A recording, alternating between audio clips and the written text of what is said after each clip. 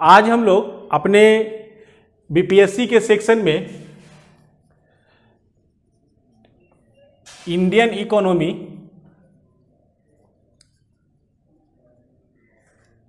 Start कर रहे हैं। इस सेक्शन में हम लोग भारतीय इकोनॉमी को देखेंगे, भारतीय अर्थव्यवस्था को, इकोनॉमिक्स और इकोनॉमी इस सब बातों में भी नहीं उलझेंगे। सीधे मुद्दा पे आते हैं कि आज हम लोग का जो टॉपिक है वो है डोमेस्टिक इकोनॉमी में आज हम लोग पढ़ेंगे सबसे पहले आउटपुट। किसी इकोनॉमी का आउटपुट क्या होता है। किसी भी इकोनॉमी में आउटपुट जो है, आउटपुट उस इकोनॉमी का क्या है, हम लोग इसे समझेंगे। और लगातार इसमें जुड़े रहिए, लास्ट तक आप देखते रहिए वीडियो को। पता चलेगा किस प्रकार हम लोग यहाँ से स्टार्ट करते हुए आपके सिलेबस के हर एक टर्म को लेते हुए, कवर करते हुए हम लोग पूरा कर देंगे इसको। तो इसको शुरू से लेकर लास्ट तक देखना जरूरी है और इंटरेस्टिंग है, समझने में भी आप लोगों को आसान होगा। तो आइए स्टार्ट करें। तो आज इंडियन इकोनॉमी में हम लोग पहला टॉपिक जो पढ़ेंगे वो है आउटपुट ऑफ इकोनॉमी। कि अगर हम ऐसे सोचना स्टार्ट लें कि मान लीजिए कि अगर हम लोग को बताना पड़े कि किसी देश के बारे में पूछा जाए कि कौन सा देश डेवलप्ड है या किसकी इकोनॉमी लार्जेस्ट है, तो अगर हम किसी भी देश के विषय में बात करें और हम बोले कि नहीं लार्जेस्ट इकोनॉमी को हमको डिफाइन करना है, तो हम क्या पैरामीटर लेंगे उसके लिए, कैसे बताएंगे कि कोई देश लार्जेस्ट इकोनॉमी होल्ड कर रहा है या फुल्ली डेवलप्ड है। क्या उसके लैंड पर बात करेंगे कि उसके पास जमीन कितनी है, क्या हम उसके पॉपुलेशन पे बात करेंगे, या हम बात करेंगे उसके पास नेचुरल रिसोर्सेज कितने हैं, उसके पास कितना खनिज संपदा है, कितना उसके पास नेचुरल रिसोर्सेज ज्यादा है, वन ज्यादा हैं, मिनरल्स ज्यादा हैं, क्या है।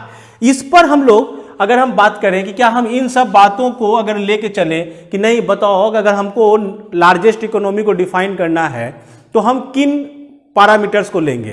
अगर इसको हम लोग देखें और सोचे तो हमारा आंसर अगर नहीं ये नहीं होगा तो होगा क्या।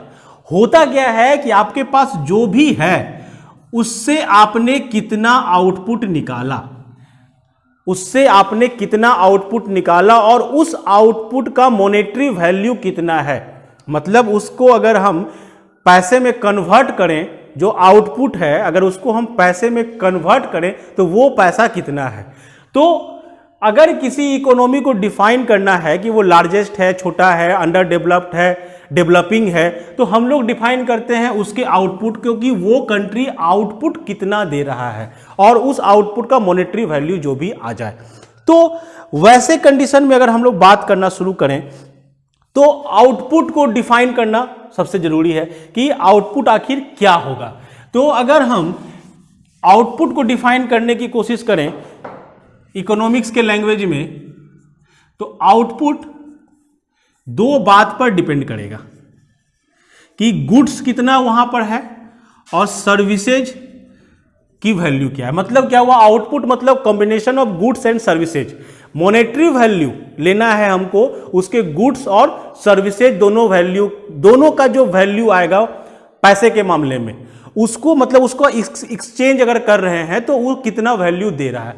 That value goods and services दोनों को कंबाइन कर दें तो हमारा कहलाया आउटपुट। गुड्स में आपके पास जैसे रॉ मटेरियल्स है, या आप ले कि आपका जो एग्रीकल्चर क्रॉप्स है ये चेंज होगा। तो जो भी आपके पास कच्चा माल है उस कच्चे माल को हमने फाइनल में बदल दिया। मतलब हुआ क्या कि हमने कच्चे माल, जैसे मान लीजिए हमारे पास एग्रीकल्चर क्रॉप है, हमारे पास गेहूं है, हमने उसका आटा बनाया, आटे से हमने ब्रेड बनाया, ब्रेड को हमने मार्केट में बेचा, तो ब्रेड मेरा फाइनल प्रोडक्ट हुआ। तो वैसे केसेज में जितना आपके पास कच्चा माल है उसको आप फाइनल प्रोडक्ट में बदल दिए, वो सारा कहलाया आपका गुड्स में।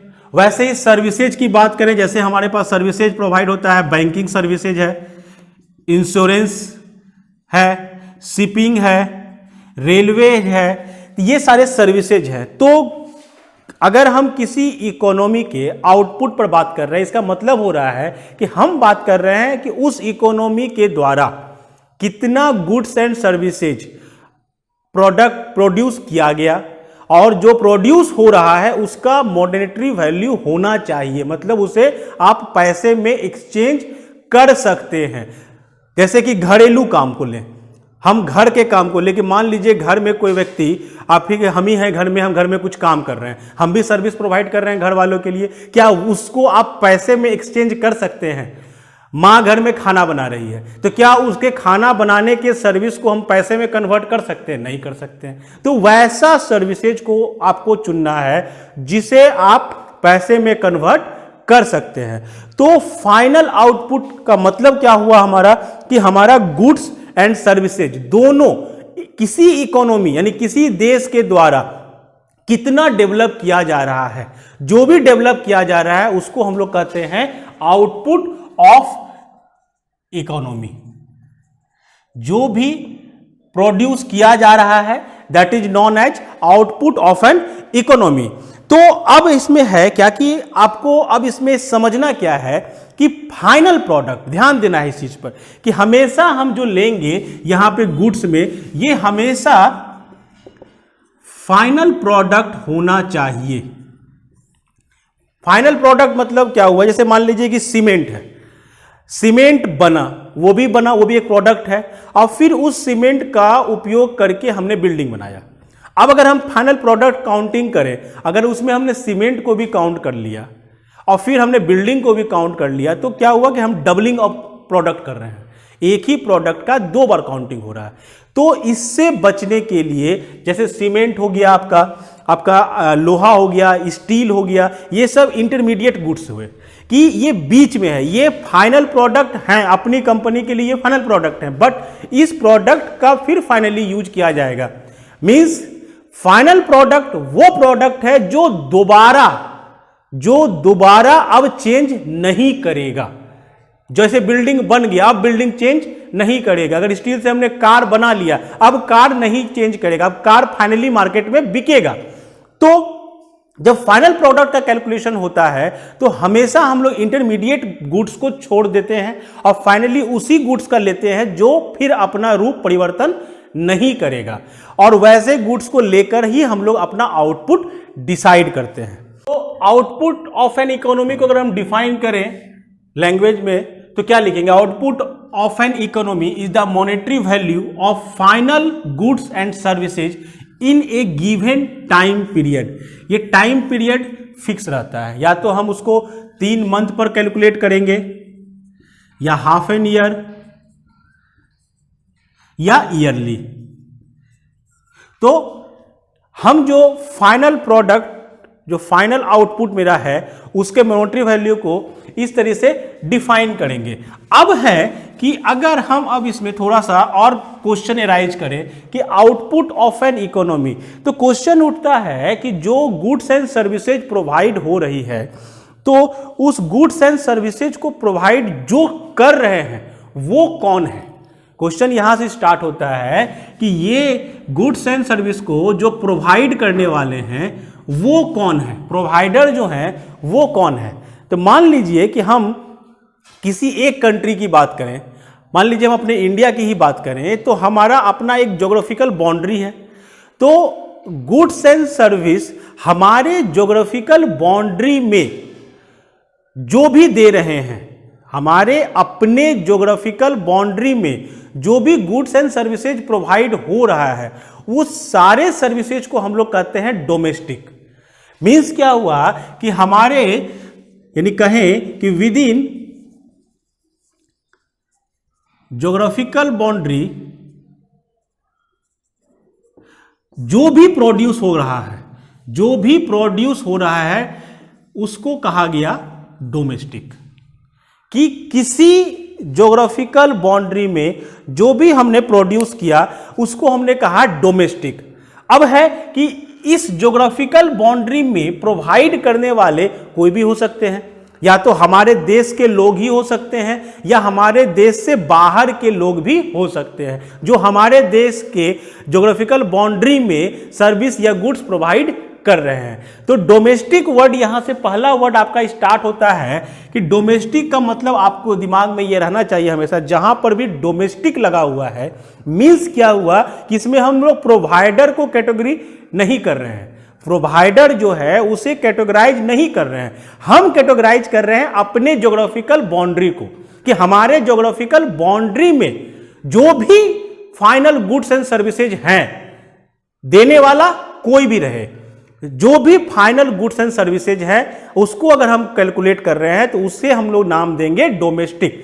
तो डोमेस्टिक का कॉन्सेप्ट आपके पास क्लियर रहना चाहिए कि अगर हमारे किसी भी टर्म में डोमेस्टिक लगा हुआ है, डोमेस्टिक मींस ये जब आपके दिमाग में क्लियर आना जाना चाहिए कि डोमेस्टिक मींस हमारे ज्योग्राफिकल बाउंड्री में ये है, प्रोवाइडर हमारे देश के भी हो सकते हैं और विदेश के भी हो सकते हैं। डोमेस्टिक प्रोडक्ट अगर हम बोलते हैं कि डोमेस्टिक प्रोडक्ट मतलब क्या हुआ कि हमारे बाउंड्री में जितना भी फाइनल गुड्स एंड सर्विसेज है all are calculated in domestic product. अब यहां से अगर हम करें कि नहीं डोमेस्टिक को हम थोड़ा चेंज करने की कोशिश करें कि डोमेस्टिक से हमने अपने विदेशी मतलब जो फॉरेन कंट्रियां हैं उनके द्वारा प्रोवाइड किए गए गुड्स एंड सर्विस को हटा दें, ताकि हमको पता चले कि हमारा देश अपने खुद से कितना प्रोड्यूस कर रहा है, कि मेरा देश खुद कितना प्रोड्यूस फाइनल प्रोडक्ट दे रहे हैं। तो हम अगर इसको कैलकुलेट करना चाहें, यानी कि इससे अगर हम डोमेस्टिक प्रोडक्ट से अगर हम माइनस कर दें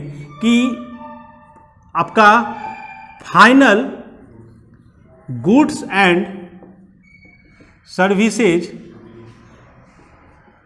प्रोवाइडेड बाय फॉरेन कंट्रीज, अगर हम यहां से अपने डोमेस्टिक प्रोडक्ट्स में फाइनल गुड्स एंड सर्विसेज जो फॉरेन कंट्रियां प्रोवाइड कर रही है अगर उसको माइनस कर दें तो क्या हमारे देश के द्वारा प्रोड्यूस फाइनल प्रोडक्ट निकल जाएगा? नहीं निकलेगा। क्यों? क्योंकि अगर हम अपने देश के बारे में बात कर रहे हैं तो जो हमारे देश के लोग दूसरे देशों में जाकर गुड्स एंड सर्विसेज प्रोवाइड कर रहे हैं वो तो हमारा इनकम हुआ। तो अगर हम इसको माइनस कर दें और इसमें ऐड कर दें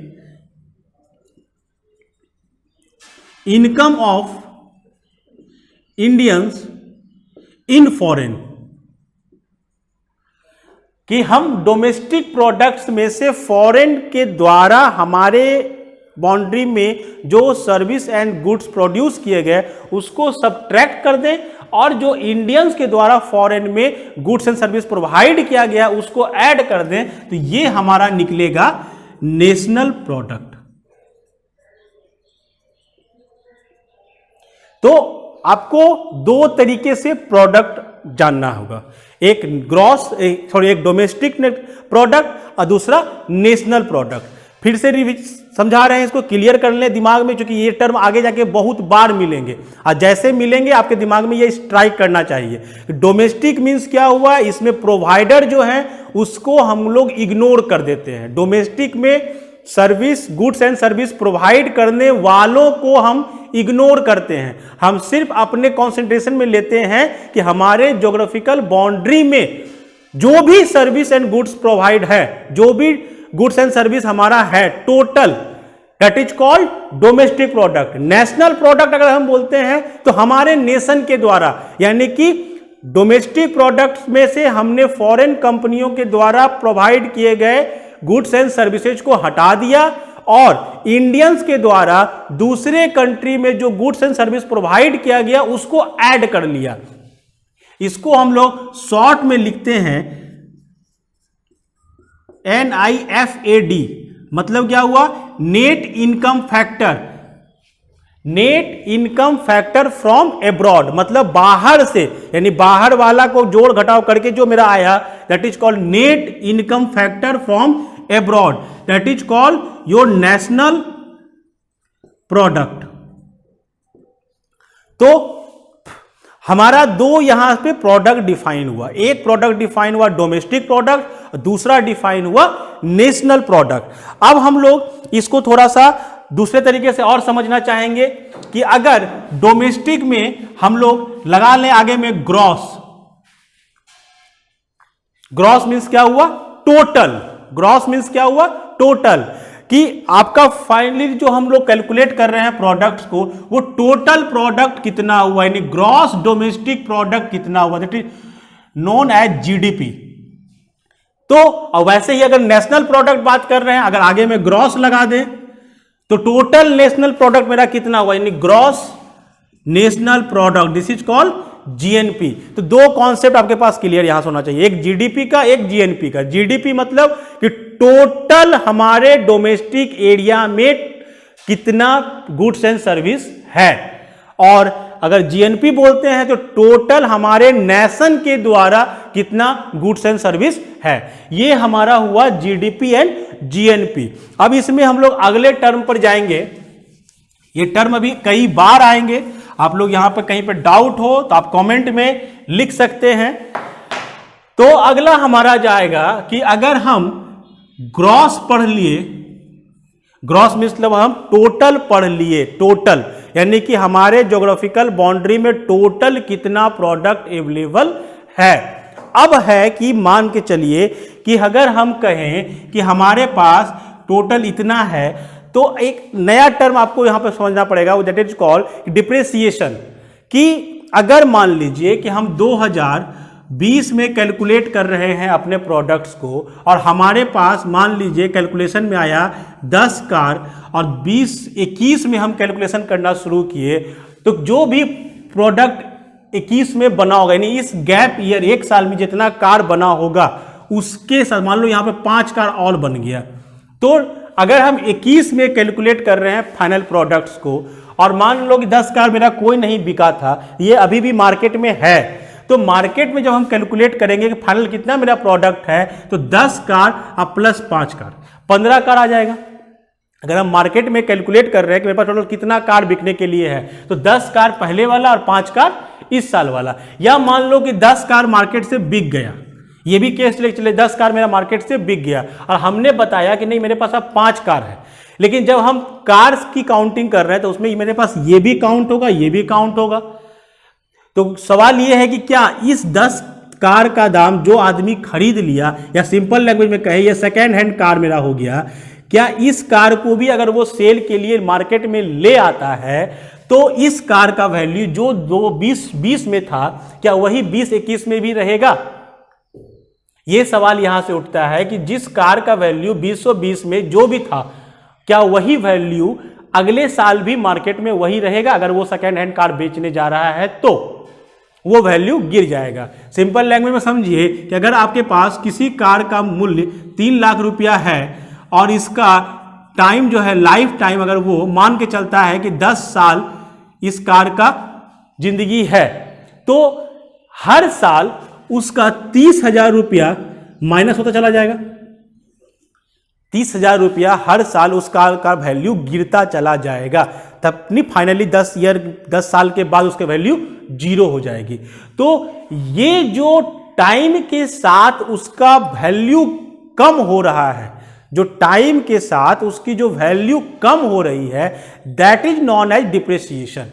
कि अगर हम कैलकुलेट करने जा रहे हैं तो हमको, क्योंकि जब हम फाइनल प्रोडक्ट हम कैलकुलेट करेंगे तो उसमें हमारे पास जो रहेगा वो हमारे पास क्या क्या कैलकुलेट करेंगे। अगर हम जीडीपी कैलकुलेट कर रहे हैं, ग्रॉस कैलकुलेट कर रहे हैं, तो हम क्या क्या कैलकुलेट करते हैं? कैपिटल हमारा कितना का, मतलब हमारी पूंजी कितनी की रही, जो भी हमारी पूंजी हो। उसके बाद हमारा अगला आया लैंड, कि कितना जमीन है। फिर हमारे पास आया इंफ्रास्ट्रक्चर में बिल्डिंग, कि हमारी बिल्डिंग की वैल्यू कितनी है। फिर हमारे पास आया वर्कर्स। तो आप इसमें देखिएगा कि ये आपका हर साल बदलने वाला नहीं, ये रहेगा ऑलवेज। मान लीजिए कि किसी साल हमने बिल्डिंग बनाया, मान लीजिए हम कोई कारखाना, कोई कंपनी खोली, हमने कोई फैक्ट्री लगाया, तो फैक्ट्री का जो इंफ्रास्ट्रक्चर होगा वो तो अगले साल भी वही रहेगा। लेकिन जब हम जीडीपी कैलकुलेट करेंगे, जब हम कैलकुलेशन पे आएंगे, तो क्या हम उसका जो वैल्यू स्टार्टिंग में था बिल्डिंग का, क्या अगले साल भी वही वैल्यू लेंगे?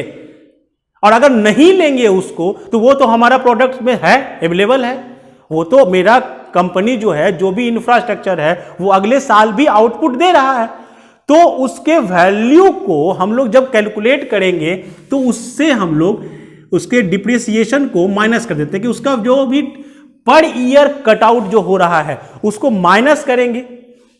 तो यहां से हमारा दूसरा कॉन्सेप्ट आता है कि अगर हम ग्रॉस वैल्यू में, ग्रॉस मतलब फिर से बोल रहे हैं एग्रीगेट टोटल वैल्यू, अगर हमारा ग्रॉस वैल्यू में अगर हम डिप्रिसिएशन को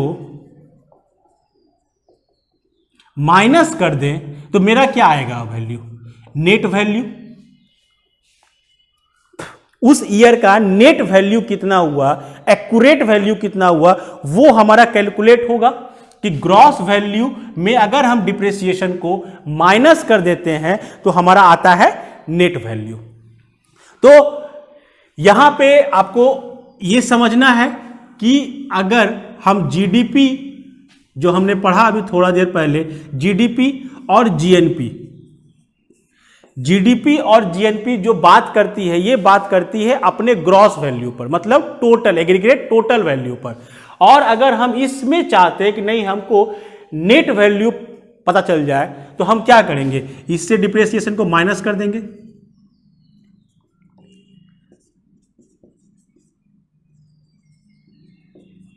और अगर हम डिप्रिसिएशन को माइनस कर देते हैं तो ग्रॉस मेरा कन्वर्ट हो जाएगा नेट में, ग्रॉस कन्वर्ट हो जाएगा नेट में, तो नेट डीपी हो जाएगा, ये भी नेट डीपी हो जाएगा, एनपी हो जाएगा।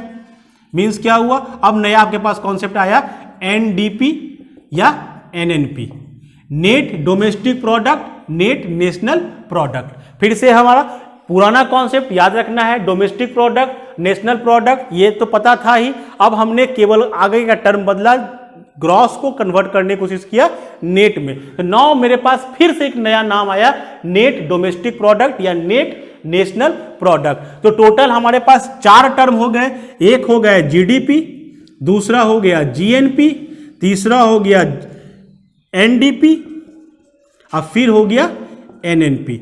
ये 4 टर्म है जो हमारे ग्रोथ को, हमारे डेवलपमेंट को शो करते हैं। अब इन चारों टर्म्स को हम लोग फिर से पढ़ेंगे थोड़ी थोड़ी बारीकियों के साथ, ताकि हमें इसमें और भी कॉन्सेप्ट क्लियर हो सके। तो हमारे पास कैलकुलेशन के लिए अब 4 टर्म जो थे, जीडीपी थे और जीएनपी थे। पहले इन्हीं दोनों को फिर से देख लेते हैं, समझ लेते हैं फिर से। अगर ऐसे सोचे कि बताइए किसी देश का अगर हम जीडीपी और जीएनपी कैलकुलेट कर रहे हैं तो ज़्यादा वैल्यू किसका आएगा, जीडीपी का कि जीएनपी का। अगर हम डोमेस्टिक प्रोडक्ट पर बात करें या नेशनल प्रोडक्ट पर बात करें तो ज़्यादा वैल्यू किसका होगा, जीडीपी ज़्यादा होगा कि जीएनपी ज़्यादा होगा। इंडिया के केस में जीडीपी ग्रेटर देन जीएनपी। क्यों ऐसा होता है, क्योंकि आपके इसमें है कि नेशनल टोटल आपका नेशन कितना प्रोडक्ट प्रोड्यूस किया। और आप अपने मार्केट में नज़र घुमा के देख लीजिए, आपके मार्केट में जो भी प्रोडक्ट्स मिल रहे हैं आपको ऐसे भी समझ में आ जाएगा कि हमारे देश के द्वारा कितना आउटपुट है और विदेशी कंपनियों द्वारा कितना आउटपुट दिया जा रहा है। इसमें 2 टर्म हमने लिया था, जब लिखा था net income factor from abroad में, इसमें 2 टर्म था। एक टर्म था कि फॉरेन कंट्रियों के द्वारा हमारे ज्योग्राफिकल एरिया में कितना आउटपुट दिया जा रहा है, और दूसरा हमने लिखा था कि इंडियंस के द्वारा फॉरेन में कितना आउटपुट दिया जा रहा है। तो चूंकि हम लोग अपने एसेट्स को लगातार फॉरेन को बेचते जा रहे हैं, मीन्स क्या हुआ कि हम विदेशी कंपनियों को अपने यहाँ आने का न्योता देते हैं, उसे इनवाइट करते हैं कि आप आइए हमारे यहाँ पूंजी लगाइए और आउटपुट दीजिए। तो वो ज़्यादा है बनिस्पत कि हम लोग दूसरे कंट्री में जाकर अपना प्रोडक्ट्स बेचें।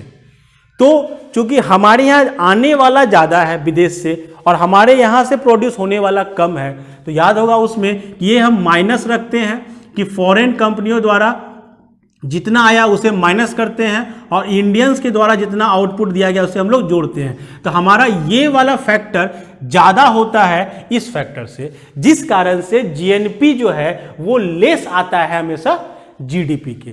जो जीएनपी होता है वो लेस आता है जीएनपी के। अब अगला दो चीज जो पढ़े आपको अंतर पता है कि अगर हम ग्रॉस वैल्यू और नेट वैल्यू में बात करें, ग्रॉस वैल्यू और नेट वैल्यू में, ग्रॉस वैल्यू जब हम लिए तो हमने क्या लिया कि हमने लिया कि जिस फाइनेंशियल ईयर में भी हम कैलकुलेट कर रहे हैं उस फाइनेंशियल ईयर में टोटल हमारे पास कितना आउटपुट है, जिसमें हमने कैपिटल, इंफ्रास्ट्रक्चर, इन सभी को ऐड किया। और ग्रॉस में जब हम ऐड करते हैं तो हम टोटली जो बिल्डिंग आज से 10 साल पहले बनी उसका जो वैल्यू था उसी वैल्यू को कैलकुलेट करते हैं ग्रॉस में। उसके कंजम्पशन को हम लोग इग्नोर कर देते हैं। ग्रॉस में हम उस बिल्डिंग के कंजम्पशन को इग्नोर करते हैं। जो वैल्यू उसका 10 साल पहले था, 5 साल पहले था, उसी वैल्यू को हम अभी भी कैलकुलेट कर लेते हैं ग्रॉस में। लेकिन जब उसके कंजम्पशन को हम लोग इग्नोर मतलब लेना अपने कैलकुलेशन में स्टार्ट कर दे, मतलब क्या हुआ कि वो अगर 5 साल पुराना है तो 5 साल में कितना कंज्यूम हुआ और जो कंज्यूम हुआ उसका मॉनेटरी वैल्यू निकाल लें और उसको माइनस कर दें कि 5 साल में इस बिल्डिंग का 5 साल तक यूज हुआ, जो यूज हुआ उसका मॉनेटरी वैल्यू निकाल के ग्रॉस में माइनस कर दे। मींस डिप्रिसिएशन को हमने ग्रॉस में माइनस कर दिया तो हमारा आया वैल्यू नेट। तो गारंटेड है कि ग्रॉस ज्यादा होगा नेट से, क्योंकि ग्रॉस में हम डिप्रिसिएशन को माइनस करते हैं तो हमको मिलता है नेट वैल्यू। तो ग्रॉस वैल्यू नेट वैल्यू से ज्यादा हमेशा रहेगा। तो यहां तक तो मेरा एक चीज हुआ। अगर हम अब चारों पे बात करें कि जीडीपी, जीएनपी, एनडीपी और एनएनपी, अगर इन चारों टर्म में क्वेश्चन पूछा जाए कि बताइए कि एक्यूरेट कैलकुलेशन अगर हम चाह रहे हैं अपने आउटपुट का, अपने देश के लिए हम चाहते हैं कि चारों में सबसे एक्यूरेट या सबसे सही कॉन्सेप्ट मतलब बेस्ट मेजरमेंट किसका होगा। हम चाहते हैं अपने देश का कैलकुलेशन पता करें, देश का डेवलपमेंट पता करें, तो चारों में बेस्ट मेजरमेंट कौन सा होगा। ऑब्वियसली वो बेस्ट मेजरमेंट आएगा एनएनपी का। पहला नेट यानी डिप्रिसिएशन को माइनस कर दिए हैं, एकदम एक्यूरेट उस साल में कितना मेरे पास आउटपुट है वो मिला। एनएनपी में एन आया नेशनल प्रोडक्ट, यानी हमारे देश के द्वारा टोटली अपने ज्योग्राफिकल एरिया और बाहर सब मिला जुलाकर कितना प्रोडक्ट प्रोड्यूस किया गया, हमारा सबसे एक्यूरेट वैल्यू देगा एनएनपी। बट इन कल्चर जो हम लोग आजकल यूज कर रहे हैं डेटा, उसमें एनएनपी अपना सिग्निफिकेंस खोता चला जा रहा है। क्यों खोता चला जा रहा है, ये भी थोड़ा सोचने की बात है कि चूंकि अब ग्लोबलाइजेशन हो चुका है, सारे देश एक दूसरे के साथ ट्रेड कर रहे हैं, तो हम अपने देश में फॉरेन कंपनियों को आने को इनवाइट करते हैं। क्योंकि हमारी फॉरेन पॉलिसी है, हमारा बिजनेस पॉलिसी है, हम उन्हें इनवाइट कर रहे हैं, उन्हें वो सारी सुविधाएं दे रहे हैं। हमारे देश की पॉपुलेशन बहुत ज़्यादा है तो उनके लिए भी एक बना बनाया मार्केट है हमारे यहाँ। तो वो मार्केट को देखते हुए, मार्केट के साइज को देखते हुए वो प्रोडक्ट अपना बना रही है और वो हमारे कंट्री को बेच रही है। तो एक्सटर्नल डेब्ट हमारा बढ़ता जा रहा है, हमारे जो नेशनल रिसोर्सेज हैं वो लगातार हम आउटफ्लो होते जा रहे हैं, क्योंकि बाकी बाहर की कंपनियां आ रही है, हमारे नेचुरल रिसोर्सेज को यूज कर रही है, तो वो आउटफ्लो भी ज़्यादा हो रहा है। उस कंडीशन में आपके एनएनपी का वैल्यू जो है वो लगातार गिरता चला जा रहा है। और हम लोग इसका सिग्निफिकेंस भी इसीलिए खो रहे हैं क्योंकि हमारा एक्सटर्नल जो हमारा कैलकुलेशन है वो ज़्यादा है, हमारा एक्सटर्नल डेब्ट ज़्यादा है। तो हम लोग इसके सिग्निफिकेंस को छोड़ते हुए हम लोग इस पर पढ़े हुए ग्रॉस पर पढ़ते हैं कि ग्रॉस डोमेस्टिक प्रोडक्ट मेरा क्या है। मतलब क्या हुआ, फिर से हम बात करते हैं कि हमारे यहाँ जो भी goods and service finally market में है हम उसी को कैलकुलेट करते हैं। और आज के ट्रेंड में जीडीपी ही हमारे डेवलपमेंट का मेजरमेंट माना जाता है। तो 4 टर्म हमारे पास है कि जीडीपी, जीएनपी, एनएनपी और एनडीपी। इन चारों को हमने देखा कि किस प्रकार इन चारों का मीनिंग है, चारों क्या क्या वैल्यू रखते हैं। तो अब हम लोग जब जीडीपी, जीएनपी वगैरह कर लिए, अब हम लोग फाइनली अपने आ रहे हैं कंक्लूजन पर कि मॉनेटरी वैल्यू जो हमारे आउटपुट का है, जो गुड्स एंड सर्विसेज हमने प्रोवाइड किया, उसको पैसे में चेंज करना है। वही आपके कैलकुलेशन में आएगा कि कितना आपका अर्निंग हुआ या आपका डेवलपमेंट कितना हुआ। तो मॉनेटरी वैल्यू ऑफ आउटपुट अगर बोलते हैं तो इसे कैलकुलेट करने का 2 तरीका है। पहला है फैक्टर कॉस्ट पर और दूसरा है मार्केट प्राइस पर।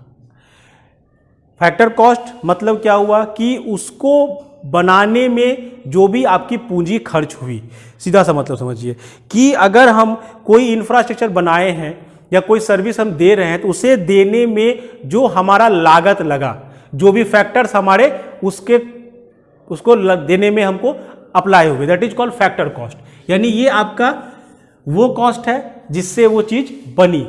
दूसरा मार्केट प्राइस, जो उसका मार्केट वैल्यू है। तो मार्केट प्राइस अलग क्यों रहेगा, ऐसा समझिए जैसे कि सरकार मान लीजिए कोई सर्विस प्रोवाइड करती है, मान लीजिए बैंकिंग प्रोवाइड करती है, मान लीजिए रेलवे प्रोवाइड करती है, तो वहां पर वो टैक्स भी आपसे वसूलती है, वहां पे वो आपसे टैक्स भी वसूलती है। जैसे कि एक्साइज ड्यूटी जो इंडिया में है, वो मैन्युफैक्चरिंग के टाइम पर ही एक्साइज ड्यूटी इंडिया में देना पड़ता है। यानी आप बनाए तो आपको एक्साइज ड्यूटी देना पड़ेगा, वो एक टाइप का टैक्स है आपका। तो अगर टैक्स ले लिया गया तो मार्केट प्राइस जब आएगा तो टैक्स को तो इंक्लूड कर लिया जाएगा। तो मार्केट प्राइस में क्या होगा कि फैक्टर कॉस्ट जो आपका है, इसको अगर फैक्टर कॉस्ट में हम टैक्सेज को जोड़ दें, अगर फैक्टर कॉस्ट में टैक्सेज को जोड़ दे तो मेरा फाइनली मार्केट प्राइस निकलेगा। लेकिन यहां पे फिर एक टर्म आता है कि नहीं, जब सरकार अगर टैक्स लेती है तो जनता को सब्सिडी भी देती है, जनता को सब्सिडी भी देती है। यानी कि मान लीजिए कि 900 रुपया का सिलेंडर है, सब्सिडी के साथ आपको 700 में मिला, तो 200 रुपया सरकार आपको माफ कर रही है। तो सब्सिडी चूंकि दे रही है तो टैक्सेज माइनस सब्सिडी, ये आपका आएगा मार्केट प्राइस। यानी कि जो फैक्टर कॉस्ट पर कोई गुड्स एंड सर्विस है, अगर उसमें हम टैक्सेज को जोड़ दें, इनडायरेक्ट टैक्सेज को जोड़ दें और सब्सिडीज को माइनस कर दें तो मेरा निकल गया मार्केट प्राइस। एक सिंपल सा क्वेश्चन यहीं पे आता है कि क्या संभव है कि फैक्टर कॉस्ट और मार्केट प्राइस दोनों बराबर हो जाए? अगर हम सोच रहे हैं कि मेरा फैक्टर कॉस्ट और मार्केट प्राइस दोनों इक्वल हो जाए, संभव है? क्यों नहीं संभव है? एक condition, taxes equal to subsidy हो जाए, जितना सरकार टैक्स ली उतना ही सब्सिडी दे दे। यानी एक कंडीशन तो आपके पास आएगा कि टैक्स इक्वल टू सब्सिडी हो जाए, दूसरा कंडीशन आएगा कि टैक्स इक्वल टू 0 हो जाए, सब्सिडी इक्वल टू 0 हो जाए। ये एक हाइपोथेटिकल कंडीशन है कि ऐसा होगा कभी नहीं, ऐसा कभी किसी इकोनॉमी में संभव नहीं है कि जितना आप कमाए उतना आप सब्सिडी में दे दीजिए या दोनों का वैल्यू 0 कर दीजिए, हम ना टैक्स लेंगे ना सब्सिडी देंगे, ये संभव नहीं है। तो हमेशा आपका जो मार्केट प्राइस रहता है वो मोर देन फैक्टर कॉस्ट रहेगा, हमेशा market price greater than factor cost हमेशा रहेगा। तो फैक्टर कॉस्ट और मार्केट प्राइस ये दो बेसिस है आपका आउटपुट का वैल्यू, मॉनेटरी वैल्यू कैलकुलेट करने के लिए। तो अब है कि किस पर कैलकुलेट किया जाए, मार्केट प्राइस पर कैलकुलेट किया जाए या फैक्टर कॉस्ट पर कैलकुलेट किया जाए। एक एक करके समझते हैं। अगर मान लीजिए मार्केट प्राइस पर ही कैलकुलेशन हो, अगर हम समझे कि मार्केट प्राइस पर ही कैलकुलेशन मेरा हो रहा है तो क्या होगा? अगर मार्केट प्राइस पे हो रहा है तो आप देख चुके हो कि मार्केट प्राइस आपका डिपेंड कर रहा है टैक्सेज पर, सब्सिडी पर, ये आपको दिख रहा है। यानी कि अगर टैक्स को बढ़ा दिया जाए, सरकार किसी स्टैंड पर टैक्स को बढ़ाई, किसी भी टैक्स को बढ़ाई, चाहे वो सर्विस टैक्स को बढ़ा दे, इनडायरेक्ट टैक्सेज में जो आपका एक्साइज ड्यूटी को बढ़ा दे, तो अगर सरकार टैक्स बढ़ाई तो आपको क्या दिखेगा? आपका मार्केट प्राइस बढ़ जाएगा, फैक्टर कॉस्ट वही रहा, टैक्स इंक्रीज किया, सम हो रहा है, दोनों जुट रहा है, तो आपका मार्केट प्राइस क्या हुआ? बढ़ गया। यानी कि वैल्यू बढ़ा। क्या फिजिकली गुड्स एंड सर्विसेज के नंबर्स बढ़े? वो नहीं बढ़े। अगर सिंपली टैक्स को बढ़ा दे या सरकार कहे कि नहीं हम अब सब्सिडी को कम कर रहे हैं, मींस क्या है कि अगर ये दोनों थोड़ा सा भी चेंज हुआ तो आपका मार्केट प्राइस चेंज कर जाएगा। अब मार्केट प्राइस जब चेंज करेगा या तो मार्केट प्राइस घटेगा या तो बढ़ेगा। अगर मार्केट प्राइस घट गया तो क्या फिजिकली आपका गुड्स एंड सर्विस घट गया? नहीं घटा। या मार्केट प्राइस जब बढ़ा तो क्या फिजिकली गुड्स एंड सर्विस जो प्रोड्यूस हो रहा है क्या वो संख्या बढ़ गई? नहीं बढ़ी। इसीलिए मार्केट प्राइस डिपेंड चूंकि कर रहा है टैक्सेज एंड सब्सिडीज पर, तो इस पर हम लोग कभी भी आउटपुट का मॉनेटरी वैल्यू कैलकुलेट नहीं करेंगे। तो अगला क्वेश्चन उठता है तो फैक्टर कॉस्ट पे करेंगे। नेक्स्ट क्वेश्चन आया कि नहीं है इस पर प्रॉब्लम है तो हम फैक्टर कॉस्ट पर करेंगे। अब आते हैं factor cost per. Factor cost को समझें। अगर हम फैक्टर कॉस्ट पे बात करें तो पहला एक वर्ड आपको मिलेगा, आगे हम लोग पढ़ेंगे, इन्फ्लेशन, जिसको सिंपल में कहेंगे तो महंगाई दर। कि महंगाई दर क्या है? मान लो कि इन्फ्लेशन जो है वो 10% इंक्रीज कर गई, मतलब है कि मार्केट में अब वो चीज 100 रुपये की चीज अब 110 रुपये में मिलेगी। फिर से वही क्वेश्चन उठता है यहां पर कि अगर 110 रुपया हो गया, अगर 110 रुपया हो गया तो दाम बढ़ा, फैक्टर कॉस्ट बढ़ा, लेकिन सामान की संख्या मेरी फिर से वही की वही रह गई। तो इस पर भी आपको कैलकुलेशन करना होगा। तो आपको यहां पर एक टर्म मिलेगा इन्फ्लेशन, कि इन्फ्लेशन के कारण आपका फैक्टर कॉस्ट चेंज करेगा। तो दोनों कंडीशन में कहीं ना कहीं पर कुछ ना कुछ प्रॉब्लम्स आते हैं। तो इसको जब कैलकुलेट किया जाता है, अगर हम फैक्टर कॉस्ट पर कैलकुलेट करने की चाहें, इंडिया में, हमारे इंडियन इकोनॉमी में हमेशा ये फैक्टर कॉस्ट पर ही कैलकुलेट किया जाता है। तो फैक्टर कॉस्ट पर भी अगर कैलकुलेट कर रहे हैं तो हमारा इन्फ्लेशन वहां पे हमारे कैलकुलेशन में एक बड़ा डिफरेंस प्रोड्यूस करने वाला है। तो इन्फ्लेशन के जो वैल्यू है, इन्फ्लेशन के कारण जो वहां पे चेंजेज आ रहा है उसको मिनिमाइज या उसको एडजस्ट करने के लिए हम लोग यूज करते हैं जीडीपी डिफ्लेटर। मतलब क्या हुआ? इन्फ्लेशन को एडजस्ट करने के लिए हम लोग जीडीपी डिफ्लेटर का यूज करते हैं। मींस क्या हुआ कि हम क्या कर रहे हैं कि जो इन्फ्लेशन के कारण चेंजेज आएगा उसको वापस अपने आप में एडजस्ट करते हैं और फाइनल वैल्यू कैलकुलेट करते हैं। और जब ये काम हम करते हैं, मतलब क्या हुआ कि अगर हम एडजस्टमेंट ऑफ इन्फ्लेशन कर रहे हैं, देन हम लोग अब इसको कहते हैं कि हमने क्या किया कि उसके प्राइस को फिक्स कर दिया। फैक्टर कॉस्ट को जो है हमने फिक्स कर दिया। मींस क्या है, फिर से समझिए कि मान लीजिए कि एक कलम बनाने में 10 रुपया खर्च हुआ और 10 रुपया मेरा खर्च हुआ। इन्फ्लेशन के कारण वो जो मार्केट मेरा फैक्टर जो इसमें कॉस्ट यूज हुआ वो बढ़ के हो जाए 11 रुपया। अब तो हम इसके रेट को फिक्स किए कि मान लीजिए कि हम 2020 में हम बना रहे हैं पेन को, 2020 में इस पेन को बनाने में 10 रुपया खर्च आ रहा था।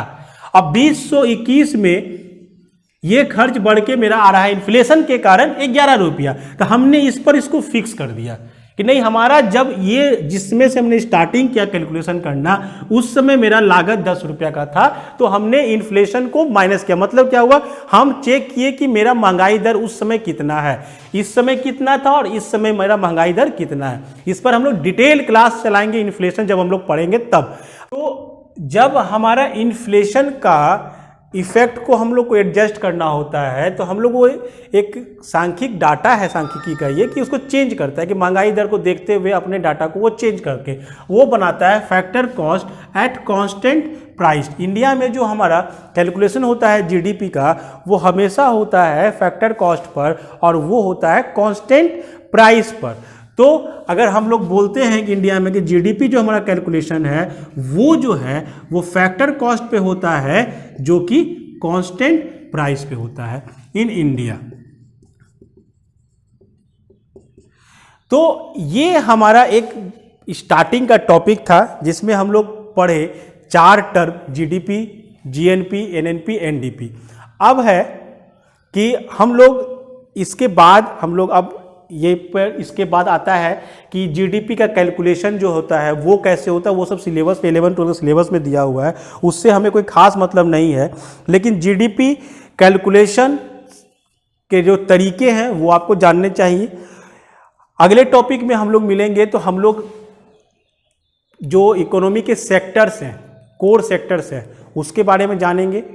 हमारे चैनल के साथ जुड़े रहें, लाइक करें, सब्सक्राइब करें। Thank you.